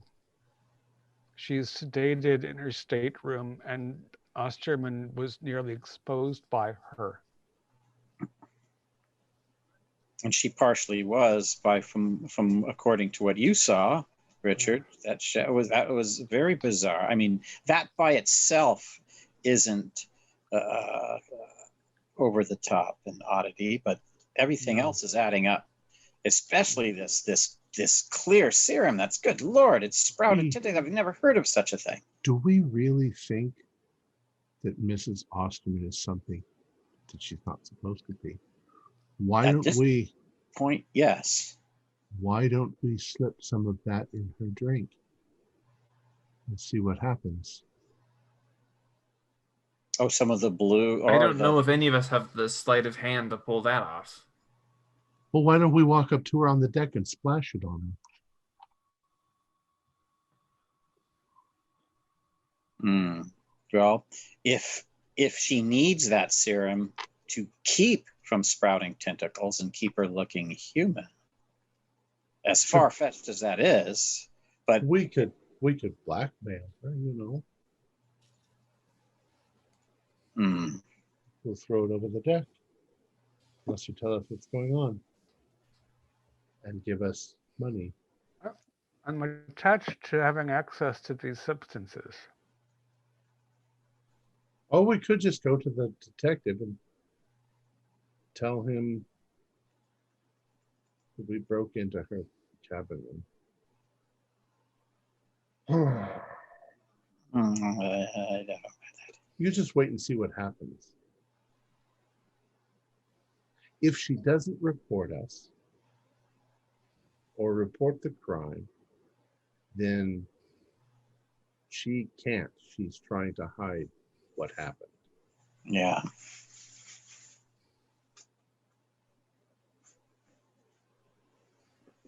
So was Taft working with her or a victim of her? I think he was a victim. Nobody can work that Palooka. I agree. Maybe she ate him. I mean, have we seen her eating at the dinner? Give me a hard idea roll. Attempt a hard idea roll. Okay. Can we all think back? Sure. Oh, Yeah. 9. 7. Oh Oh, my. you had to show me up by 2 points. Huh? Darn. 22, but It's you a guys- bond, a 007. As Gusty raises that question about have we seen her eat anything, those with the hard idea or better, it suddenly dawns on you, not really. She picks and plays at her food. She'll move some things around. There might be an occasional bite, but it's very, very small. For the most part, she's just sitting there doing conversation, moving things around on the plate, and She's then putting a show, making it look like she's human, but in fact, she hasn't done anything. You said she doesn't brush her teeth, she doesn't bathe, she doesn't have any of those. She's not eating. What if she is eating Taft? What a big, huge piece of food that would be for an evil witch. Where is she eating him, though? The bathroom there's no blood in the bathtub. Like I said, the only place where she wouldn't be disturbed would be in the cargo hold. Yeah. And she is being helped by the two Right. people she brought on board.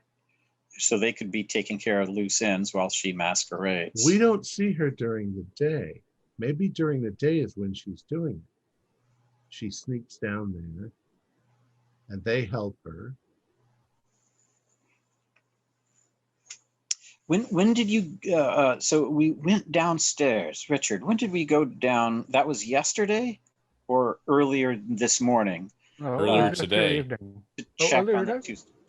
Yeah, earlier today. We haven't even transitioned Oh. to Tuesday yet. What happened? It's Right, still, tomorrow's it's the- now late on Monday the 18th.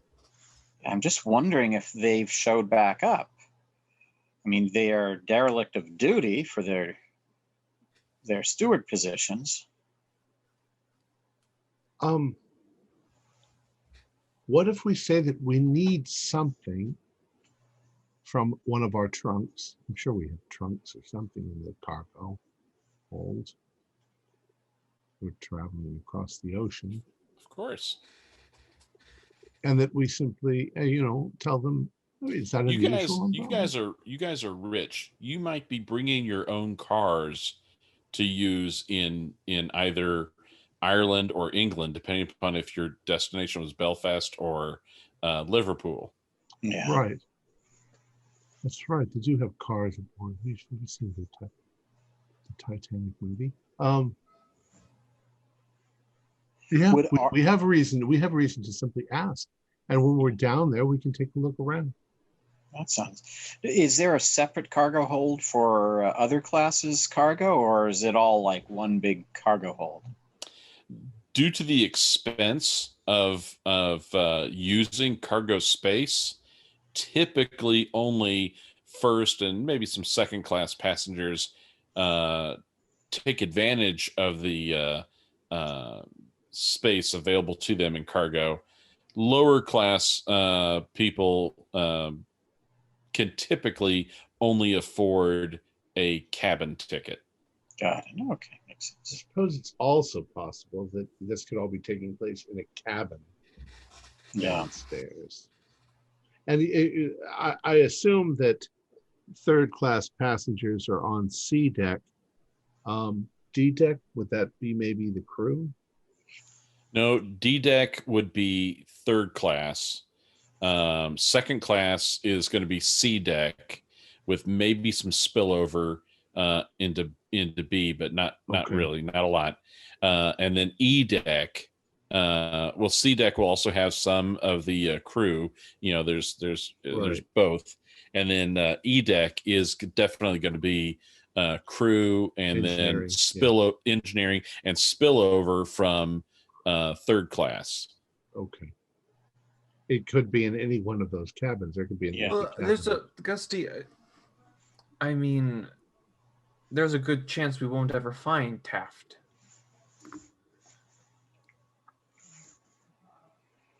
It always works out in the Agatha Christie novel. This is not an Agatha Christie novel, George. Exactly. That's my point. I feel like if we're gonna do anything, we just watch Osterman, keep an eye on her tomorrow, see what she's up to, see if she leaves, wake up early in the morning, see if Richard's tentacles have decided to leave or not. See if we can see her going down to the. Yes, cargo catch her in the act of leaving, stowing away in the night. That's our best option, in my opinion. It might be as important to watch Dodd and see who tries to get rid of her. Yeah. That's also for point. They're both on B deck, aren't they? Dodd is on B, and Osterman is on A. Okay, well we can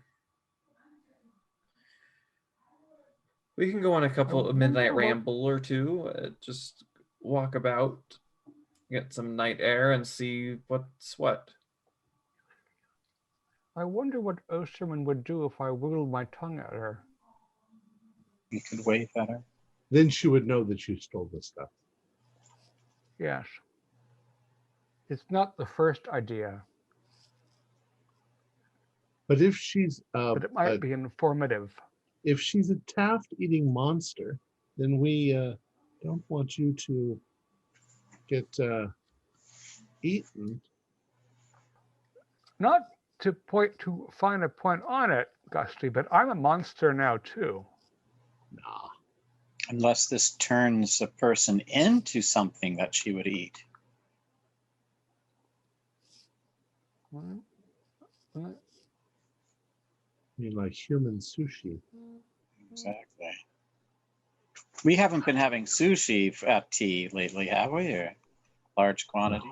Taste a little off? Let's what's that? make a quick decision. We just watch and wait. Yes, we just watch and wait. What? Oh dear, our taking direct action has led to this.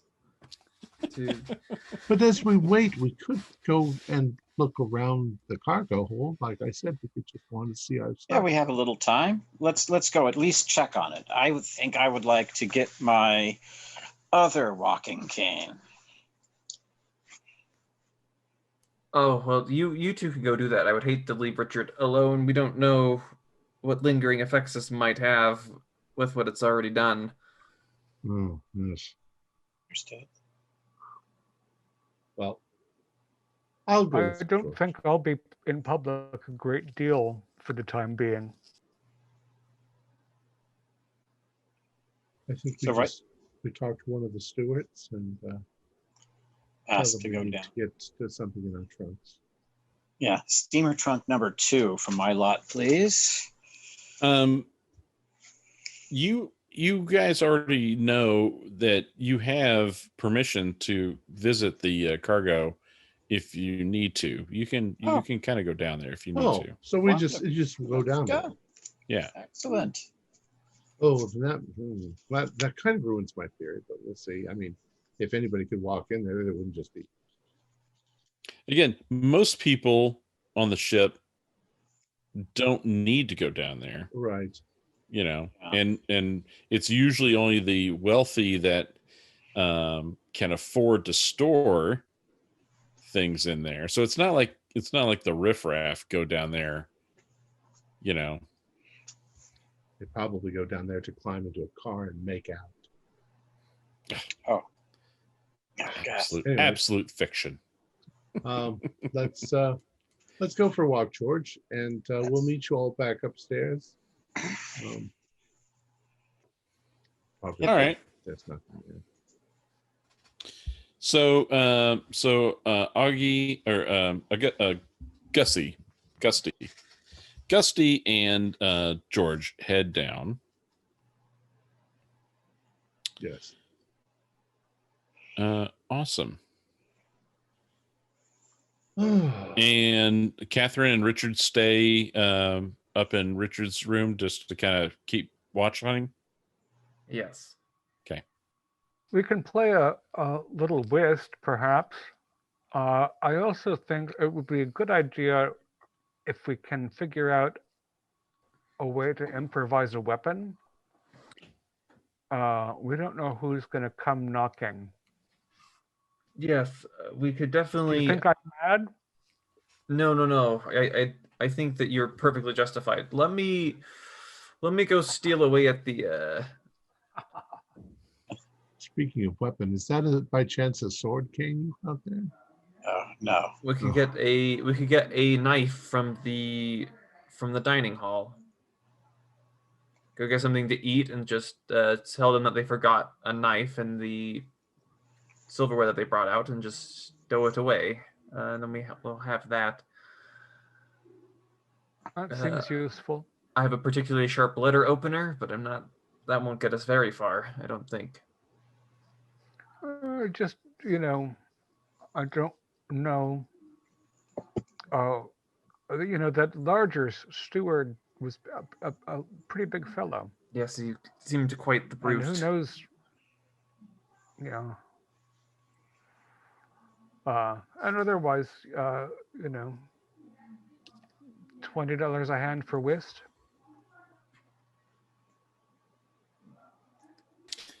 So you guys begin to play cards as George and Gussie head down to the cargo bay.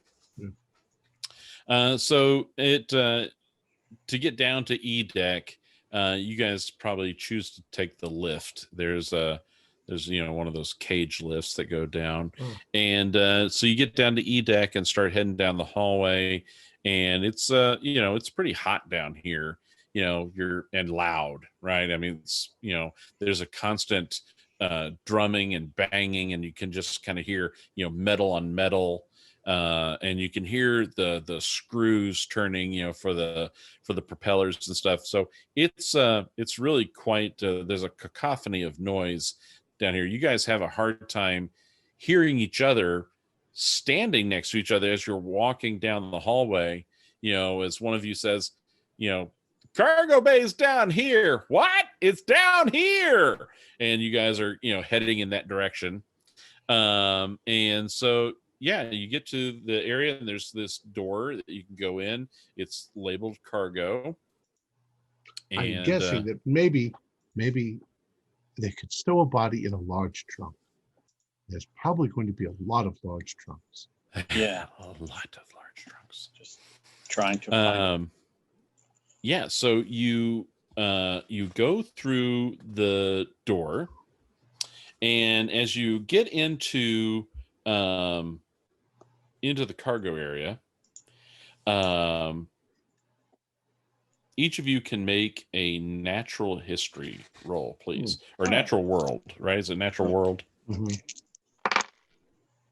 Oh, 28. Let's see. 28. Ooh.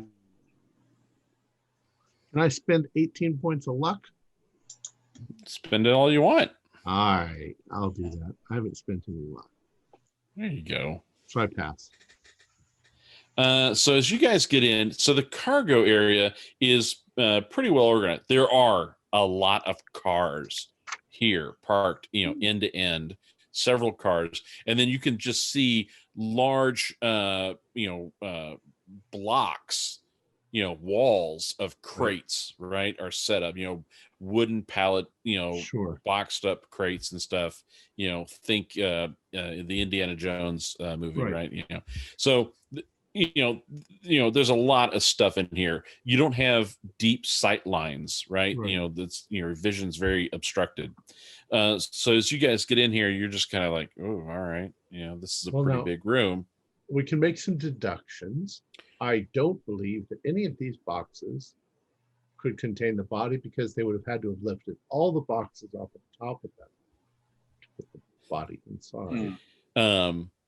With the successful natural world roll, as you get in here, Gussie,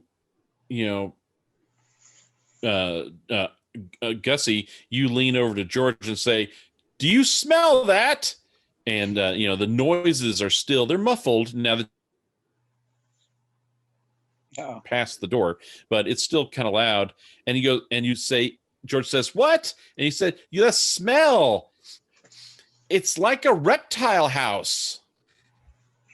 Oh, this is just like what I smelled in the down. And now that Gussie points it out, you do smell that undertones. Like there was something, there was a lot of like oil smelling from the engine room, but now you smell it here that in the cargo area, there is that reptile smell. This is just like the aroma. Giant snake. That musky smell. I'm going to look around and see if there's like an axe on the wall. Fire axe. Give me a luck roll. Oh, I used my luck. Let's see how I do. 50. That's a 6. 56. Yes, I still have 56. Okay. Yes, there's a fire axe on the wall. All right, I'm going to pull it out because I'm expecting a gigantic snake. I didn't happen to, since I go on safari frequently, I didn't pack in my cargo down here a rifle or a shotgun by any chance, did I? Well, you are a hunter, right? You have a reputation for hunting. Yeah. Yes, I sure do. I will let you have a luck roll with a bonus die. Oh my. All right, first roll is a 45. Well, 45 out of 49 luck, so the first roll without gets it.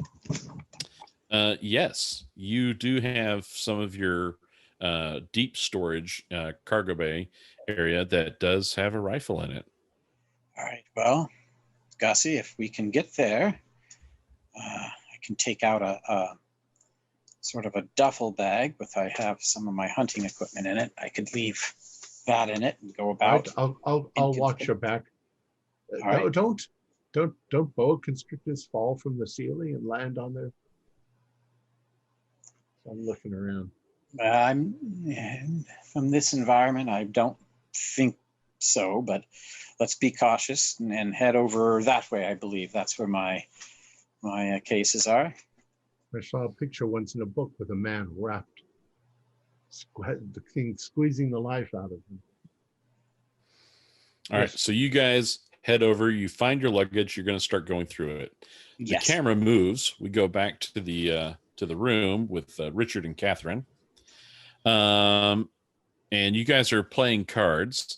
Catherine, you notice as you guys are playing cards, probably it's kind of becoming a little more comfortable for Richard, but you do see one of his tentacles slips out from between his lips. He almost doesn't even notice, and it kind of curls up and is like touching his cheek. And as it draws down on his cheek, it scratches him. And now, Richard, you notice that you've accidentally scratched yourself. As the tip of your tentacle, it now has a toothy appendage on the end of it, causing you to go, ah, and open your mouth. And as you go, ah, and open your mouth, Catherine, you can see, the jawline at the teeth, and you can actually see more teeth starting to sprout up from behind his other teeth. And as he's like twisting, you can see all his 3 tentacles. Each one has now grown a little tooth out of the end of the tentacle. Oh my God. And as he's moving his mouth around, going, "Oh my God, what's happening?" His neck muscles kind of constrict in his mouth, and Richard squirts out about a handful of this black ink, and it just spills out over his mouth and lips and down across his chest. Both of you, please make another sand roll. I passed that one. You will lose 1.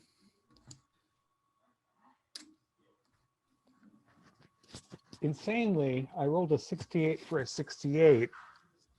Oh, well, success. It's Roll a technically D2. a pass, but As a pass, it's a D2. You are the victim. You also notice on your pinky now, you're not moving your pinky finger very much anymore, and the skin that's around it, it's actually kind of starting to peel and slough off, almost like a banana skin kind of falling off, and you can see more granite down the length of your finger. So your finger is now turning more and more into stone. Oh, Richard, please, you have to try some of that other liquid, the blue one. This is progressing horribly. yeah, I was hoping it would get better, but it's getting worse. I think yeah. This paroxysm has to compel you to action. Here, please, take this. Yeah, maybe a thimble full instead of a pinky. Yes, that seems reasonable enough at first.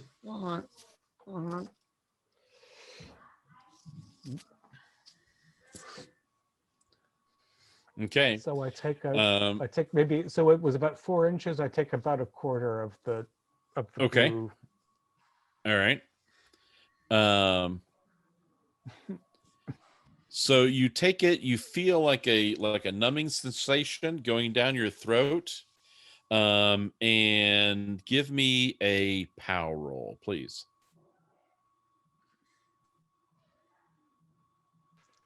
I'm 70. A 71. So you failed your POW? 2. I did. Do you want to fail it, or do you want to spend luck? You can spend luck. I will spend 2 luck just to make it, just because it's so close. Okay, excellent. Yeah, so you felt as if you were getting a little dizzy, but you kind of, pulled from within, and you're able to kind of push that dizziness aside.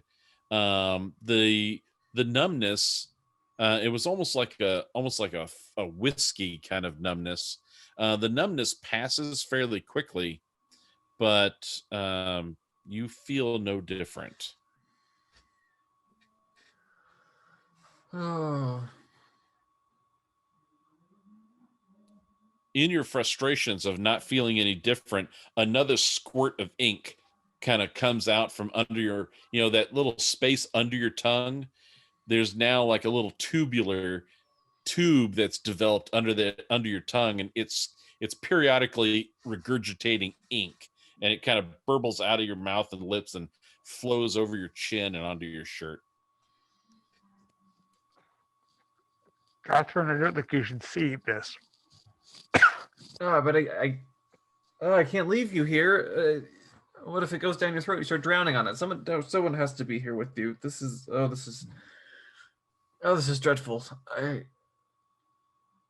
My poor Richard. What with just such a little bit of that stuff doing such horrors.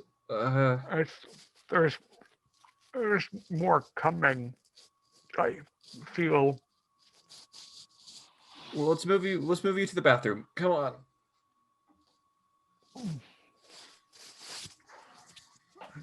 Yeah, Richard, you don't feel good.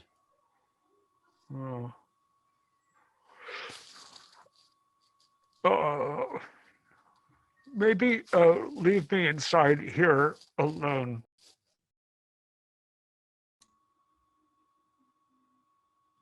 Just for a little dignity. Yes, Just a little dignity, Catherine. Yes, I'll wait in the main room. Okay, Catherine. So you're gonna just wait in the other room, or what do you want to do? I'm waiting outside, but I occasionally still like lean to peer at him. Okay. Richard, do you shut the door?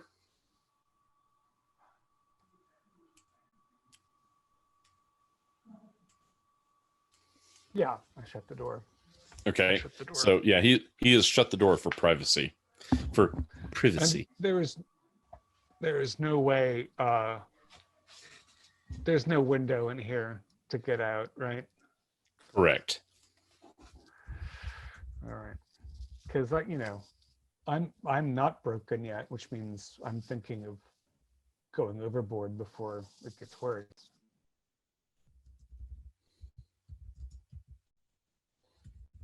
Oh.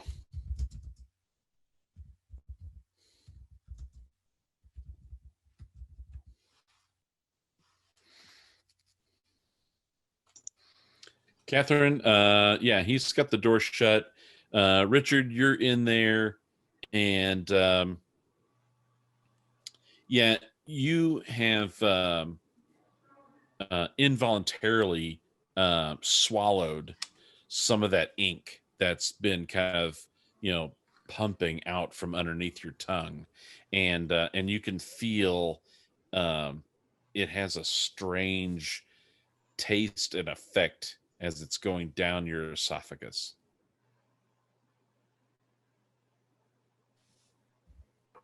Well, I'm gonna, I'm gonna start trying to flush myself with water. Does water go down okay? Water does go down okay, and it seems to be kind of helping to flush things through, and you feel butterflies in your stomach.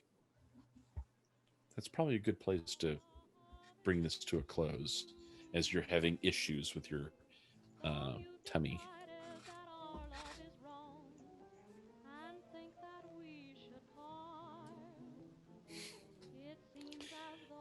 I'm sorry, I was muted.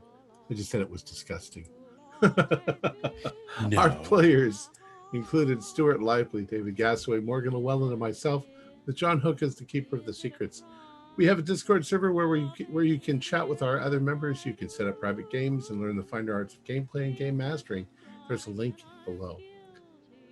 We're currently producing up to 4 shows a week with music and sound effects added in post-production in order to create a richer listener experience. We provide audio-only versions of our shows free for you to download from Podbean or iTunes. The costs involved with the show are provided almost entirely by our patrons. Without them, we wouldn't be able to do what we do. If you'd like to help support our show, please visit our Patreon account. Just $1 to a month helps us a lot. You can find a link in the description below. Like, share, and subscribe to our channel, and punch the bell icon for updates on our latest shows. And leave us some comments. We enjoy reading them and answering any questions you might have. This is Tom Rayleigh, together with all the members of our gaming club, inviting you to journey with us once again into the darkness for another adventure in the universe of H.P. Lovecraft and the Call of Cthulhu role-playing game. Until next time, good luck, good gaming.